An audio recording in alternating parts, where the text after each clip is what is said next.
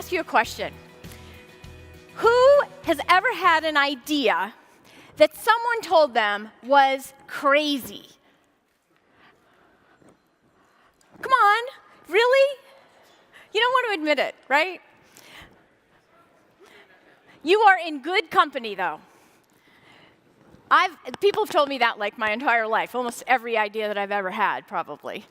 And today, you're in the right place, because what we're going to talk about is how we help you take that crazy idea and turn it into the next big idea. Is anyone here a history buff? Do you know what today is, April 19th? It is the day a shot was heard around the world. It was the first day of the American Revolution. A single gunshot that set in motion a sequence of events that changed our history. The world that we live in today, at least here in the US. And here we are, 244 years later, in the midst of another revolution. The fourth industrial revolution that will fundamentally change, and is fundamentally changing, the way that we live, work, and interact. Whether it's a civil uprising or technology disruption, times like this require bold leaders that take bold action against a bold vision for the future. Are you up for the challenge? Are you ready to take on that opportunity and take advantage of the time we live in? Who do you think of when you think of a bold leader, a transformational leader? We all have our favorites. I want to share with you mine. Mine is a guy named Paul. I knew Paul in the 90s, but in the 80s, Paul worked for the Minneapolis Star Tribune. And back in the 80s, the way that a newspaper journalist did, the editors did the layouts for the newspaper, they used a machine called a phototypesetter, and it looked like this, right? Now, you see the screen? That screen is probably the size of your phone. Can you imagine doing the layout for a newspaper from something that size? So, no, can't. It's really attractive, too. You can see how the green probably popped off of that screen, too. So Paul, he did not believe this was the future of the industry. And he believed the future of the industry was in computers. And he wanted to be part of that revolution, not this. And so he moved to Seattle. He moved away from Minneapolis. He moved to Seattle. And he took a job with a company called ATEX, a small company that was using computers to automate various parts of the newspaper production process. Unfortunately, and fortunately at that time, he didn't have very much time there, because in 1984, Kodak bought ATEX and they shut down the Seattle operation. So they offered Paul a job in Boston, but Paul had bigger ideas. He had bolder ideas. He had a much bigger vision for the future. And he told his mom at that time, I am either going to be very, very wealthy by the time I'm 40, or very poor, and probably living home with you. So his mom was like, go, Paul. Right? So Paul and 5 other ATEX employees started a company. And their big vision was to change the way books, magazines, and newspapers were published, to democratize the publishing process. And they launched the desktop computer market. The product was PageMaker. The company was Aldus. And they succeeded in their vision. Paul coined the phrase desktop publishing. I actually had the opportunity to work at Aldus and for Paul in the early 90s. And he was an amazing leader, really inspirational, super connected to his customers and his employees. He's one of the first of several really great leaders I've had the opportunity to work with. I want to share with you another great leader. His name is Bill Allen. Bill was the CEO of Boeing in the 1950s, and Boeing was facing a crisis. Because while they had provided thousands of planes to the military during the war, the military contracts were drying up, and they had no commercial business to speak of. As a matter of fact, they had less than 1% market share. And at that time, all of his competitors had lots of passenger propeller jet engines, planes in the commercial market, and they had not one in production. So Bill knew he needed to take bold action. His vision was that jet propulsion was the future of the aviation industry, and he wanted to build the first commercial jetliner. Now, everyone thought he was crazy because they said, fuel is too expensive, the plane will be too heavy, and it will never leave the ground. As a matter of fact, you know, I'm from Seattle.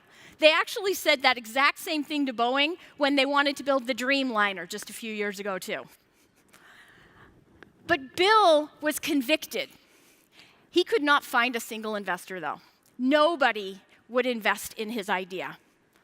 He could not get a single pre-order from any of the airlines. And so he did the inconceivable. He convinced his board to self-fund the design and the development of the first commercial jetliner. They bet the entire company on his vision. And they all thought that both Bill and Boeing were crazy. But when that first 707 took to the sky, and it carried twice the passengers and covered the distance in half the time, Bill effectively shrunk the world in that moment. And it was the beginning of the jet era. Boeing's profits and market share took off and haven't stopped. Both Bill and Paul are two leaders that blaze the trail. I am not getting to the next slide for you, so maybe somebody in the back can fix that. Both Bill and Paul were two leaders that blazed the trail. In times of transitions, it takes a leader with a bold vision, who is willing to step out, who is willing to push through the naysayers, who is willing to share his vision, his or her vision, with everyone and bring them along that journey. So in the back, if you could come along the slides with me, that would be great.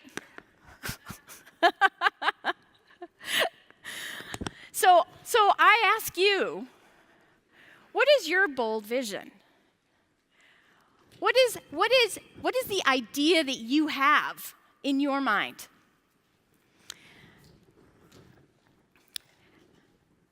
When I think about that, and I think about our times that we are in right now, we are in a huge time of transition.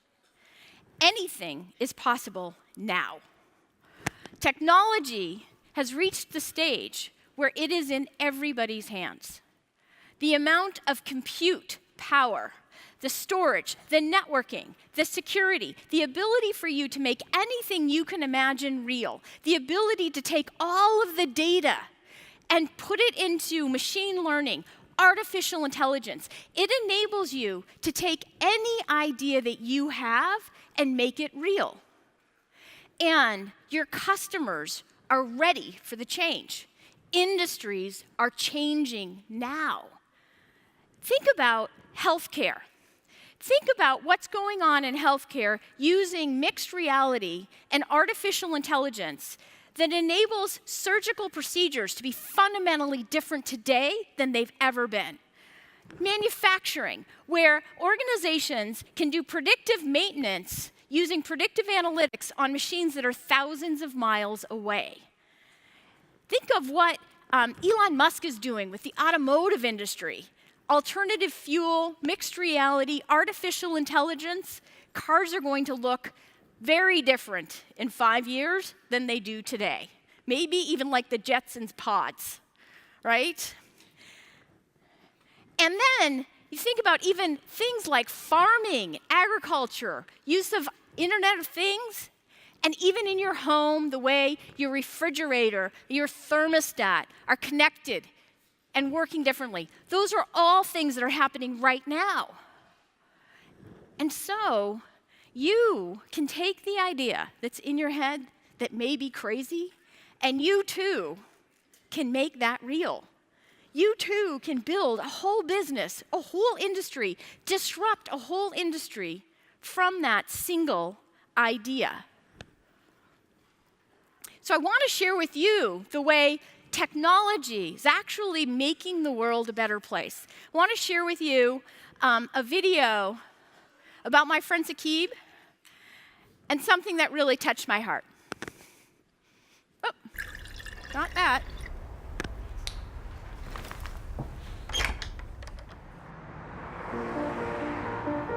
I'm Saqib Sheikh. I lost my sight when I was 7, and shortly after that I went to a school for the blind. And that's where I was introduced to talking computers, and that really opened up a whole new world of opportunities. I joined Microsoft 10 years ago as a software engineer. I love making things which improve people's lives.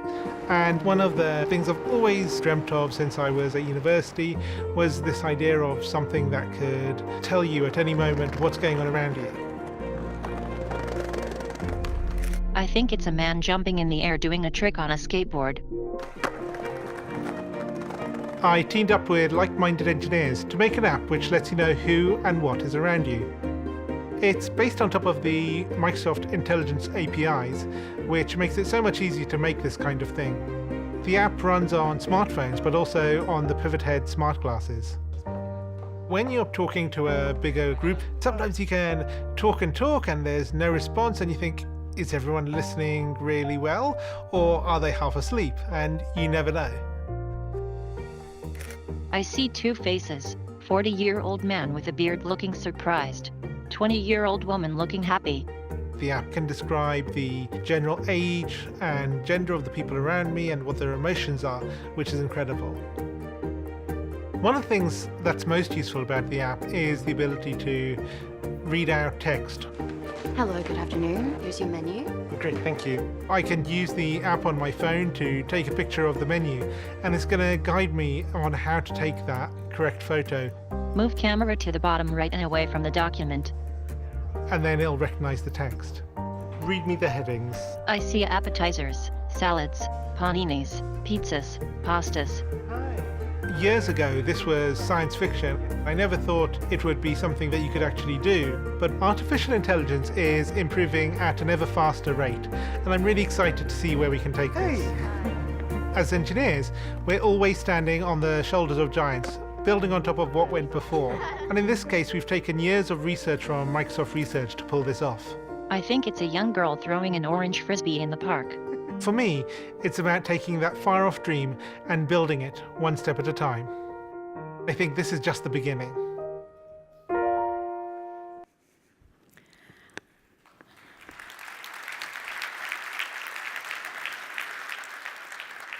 It's not science fiction. It's real. That app is available in the Apple Store right now, Seeing AI. You can get it out and you can play with it. I would advise, though, that if you do that, don't do it around your children. Because I was playing with it, and my son took it. He held it up to his textbook, and it started reading to him the textbook, and he said, "Mom, I never have to read again." I was like, not the point. Saqib did not do that alone. Saqib, he had that idea for a long time. But it was during a Microsoft hackathon where we bring employees together and they socialize and share their ideas, and then they bring it out to the rest of the company, and people add on to it, and people join in and contribute time, and then they help make those things real, and they take them forward. And so it really speaks to what you can do when you have a vision and you can make it real enough for people to latch onto and build on. So how do you lead through this momentous change? How do you take your idea and make it real? It really starts with the idea. It starts with turning that idea into a vision. You have to give it form and function. You have to make it something that people can really understand. So, for instance, Saqib, it was help the blind see. Simple. For Paul, it was probably, I want it to be as easy to do publishing as taking out a piece of paper and a pen and drawing it out, and that's what it is. What you see is what you get. For Bill, it was, I want hundreds of people to cross the ocean in less than a day. All crazy ideas at the time when the person had it. So you want to take your vision, and you don't want to just say it's the next logical action. You want to go bold. You want to go big. Shoot for the stars. What would it look like if you were wildly successful? For me, I do this through headlines. I do it with every initiative, every big challenge, every new team. I say, what would it look like if we were wildly successful? What would the headlines be? $20 billion in the year 2020? Or would it be Gartner Magic Quadrant in the next 2 years? What would our customers say? What would our sellers say? What would our partners say? However you do it, you want to be able to make that something that people can feel good about and can put their arms around and understand what you're talking about. But the key thing is socializing that idea. I also think, from my experience, this might be one of the hardest things people do. Because the idea initially, it sounds crazy, and you don't really know what it is. Like, you have a sense of what you think it could be, but you don't know how to get there yet. The key is you actually want to start to talk about your idea and socialize it to people when it's like 20% baked, when all you have is a straw man. Because what I found is if you wait longer than that, if you wait until you have put a business case together, gathered all the data, worked through all the objections people might have to the idea, then you have fallen in love with your own idea. And so when you bring it out and start talking to people, and they start picking it apart or morphing it or adding things to it, which inevitably will happen, which is actually what you want, you may get defensive, you may not hear them, because you are so in love with this idea already. So bring it out when it's still malleable, when it's still new. Because your intention of socializing it is not to get buy-in. Buy-in is the outcome of what happens. But your intent is to actually make the idea better, to make the outcome better, to give the idea away, to have people start owning it and building on it and enjoying it and sharing in it. That's what you want to do with socialization. The next step is, now you have to build a roadmap. You have to figure out how are you going to get from here to there. What are going to be the mile markers, the benchmarks, the milestones, the measure of success along the way so people know they're heading in the right direction.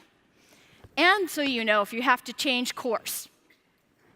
The key with this is you want to make those milestones really close together. Because you need to build momentum. You want to generate energy around the idea. And you do that by finding quick wins. Identifying what would be the next thing that would happen where you could celebrate the success. Because what happens is that with each milestone, you bring people along and you celebrate the success of hitting that milestone, more people want to join in. They want to be part of the project. People want to be part of something that is successful. And so you want to bring them along, and you want to celebrate every moment. And when you celebrate that success, when you celebrate that quick win, you want to credit every single person who had anything to do with the success of that milestone. You want every contributor to feel like they were the key contributor to the success of that milestone. Because that makes them want to do it again and again. It makes them want to do more for you. And it starts to make this project, this initiative, much bigger than you ever imagined it could be. And you go from win to win to win to win, and sometimes failure to win to failure to win, until you hit your vision and it becomes real. It's not always easy, I know, because for me, what happens is that when I hit a milestone, I actually want to just move on to the next milestone because I'm so excited I just want to move to the next one. But I realize the key thing is I got to step back and celebrate that success and make everyone feel great about what we've just accomplished and feel like their contributions mattered, and then they do more and more and more. And you keep doing that until your vision becomes a reality. And so you have to remember to continually communicate. Communicate to your key stakeholders, to your leadership team, to your investors. Keep communicating that vision. You got to communicate that vision on an ongoing basis in a consistent way over and over and over again. So many times that you are sick of hearing yourself say it, and that you probably still haven't said it enough. And then you communicate where you are in the journey, how far along you are, every success, every win, every step along the way. What that does is it recommits your vision, it recommits you to the team, and it recommits the team to you and your vision as well. So I want to share with you my story of how I learned through my aha moments that led me to this formula, called formula, right? And it was not on purpose. This was like oh my, this works. It was back over a decade ago. I worked in the Windows commercial team, and we were releasing a product called Vista. How many of you remember Vista? Yeah. So, Vista was not all we were hoping it would be. And we were facing a crisis. We had big goals, and we did not have the ammunition we needed to get there. And so my idea was to create a companion product that would elevate the conversation away from the desktop and the desktop experience and move it into the realm of security, manageability, application management, which was a big issue at the time, and let us have a very different conversation with our customers. But at Microsoft, that was heresy. That idea was crazy because at Microsoft, Windows was it. You did not have a little product that pulled through Windows.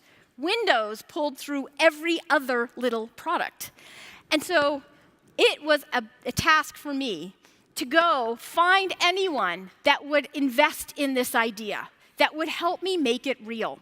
Now, I had no idea what the product was, but I knew what we could do, and I felt like, in my gut, this was the right thing for us to do. And so I talked to what felt like everyone at Microsoft at that time. I felt a little like that bird in the Dr. Seuss book, Are You My Mother? Right? And I talked about, what we could do, what our customers would say, how we could change the conversation, what were some of the acquisitions or the projects people were working on that we could pull together into a small product that we could get to the market fast. Because we were losing time, and we were losing market momentum, and we needed to do something. And so what I found during that time, I was forced to really socialize an idea that had no form or function, was that it was awesome. Because everyone I talked to, even though they thought I was crazy, they started to think about, what could it be? What do I have in my wheelhouse that I could contribute to this? And they started to add to it, and they started to make it bigger, and it started to take shape.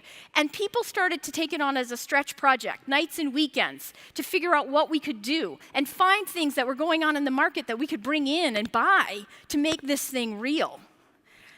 And pretty soon, we actually had something that was good enough to sell, still a little vaporware, but good enough to sell. And the Microsoft Desktop Optimization Pack for Software Assurance, MDOP we called it, started to take shape. Okay, so here's the other learning. Don't ever hire me to name your product. I don't do that anymore.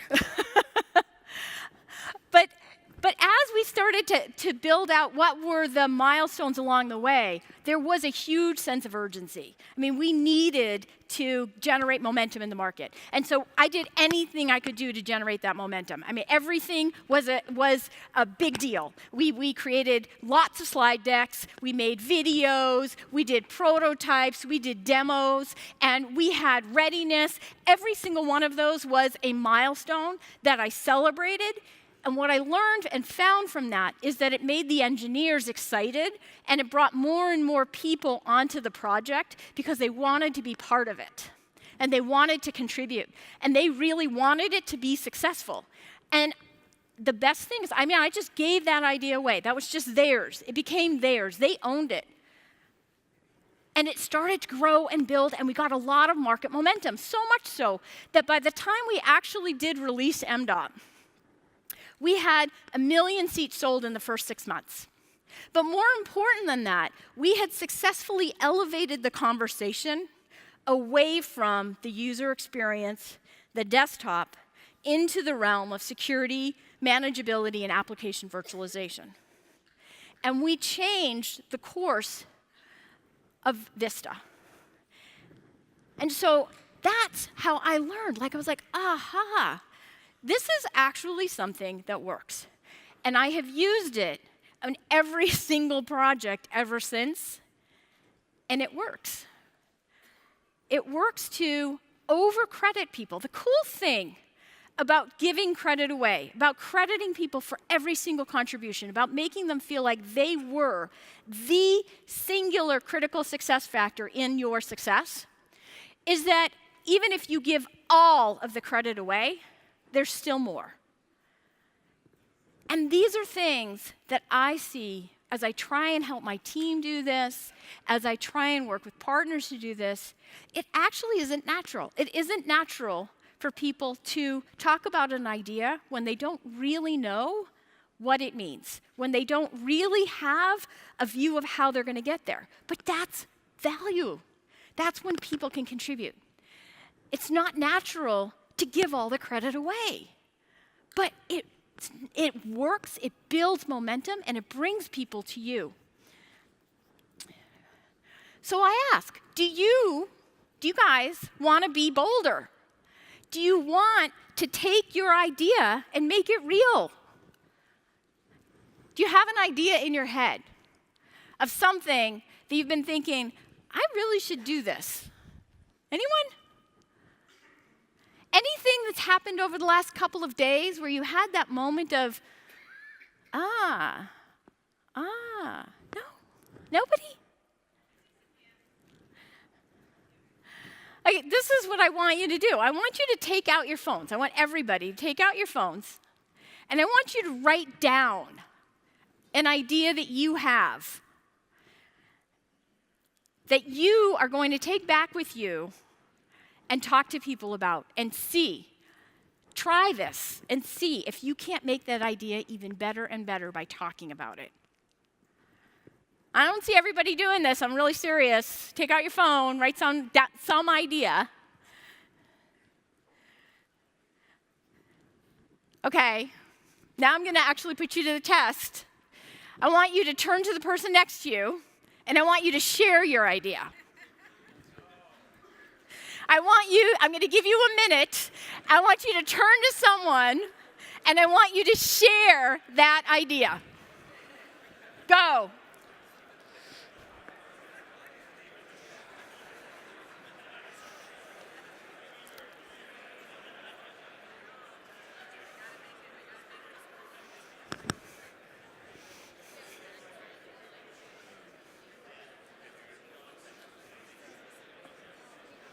All right, you're not talking to anybody. You should go talk to someone. Join a table.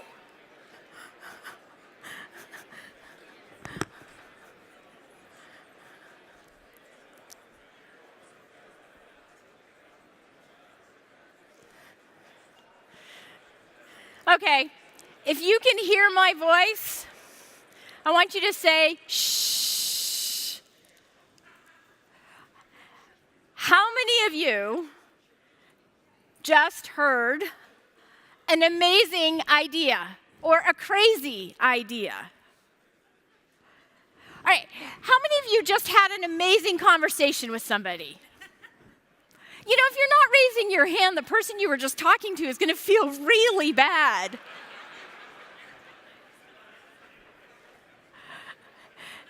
It's hard, isn't it? It's hard to talk about the idea. It's hard to just come up with an idea and just share it and just talk about it. But I want you to practice that. I actually think you should use the rest of this conference to talk to people about ideas that you have. Talk about the different things you hear in all of these different sessions and what could happen with it, what you could do with it, what would be different. And start seeing how that idea takes shape. How much more, as you talk to people, it builds and builds and builds on it. And then I want you to take that back, take that momentum back, take that learning back with you into your organizations. And I want you to talk about